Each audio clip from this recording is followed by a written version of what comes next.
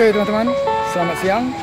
Saat ini saya sedang berada di Sekadau teman-teman. Tepatnya di jembatan Penanjung teman-teman. Sekarang jembatan ini hanya boleh dilewati kendaraan roda 2 saja teman-teman, yaitu motor teman-teman. Dan jembatan gantung ini masih berfungsi sampai saat ini teman-teman.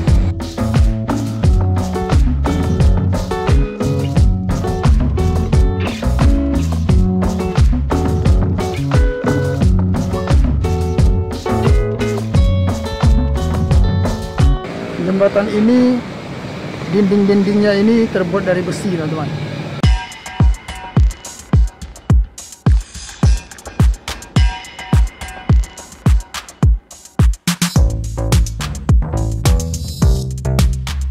Tapi alas bawahnya menggunakan kayu teman-teman. Nah ini teman-teman, saat ini saya sedang berada di tengah-tengah jembatannya teman-teman. Nah ini teman-teman, saya putarin ya.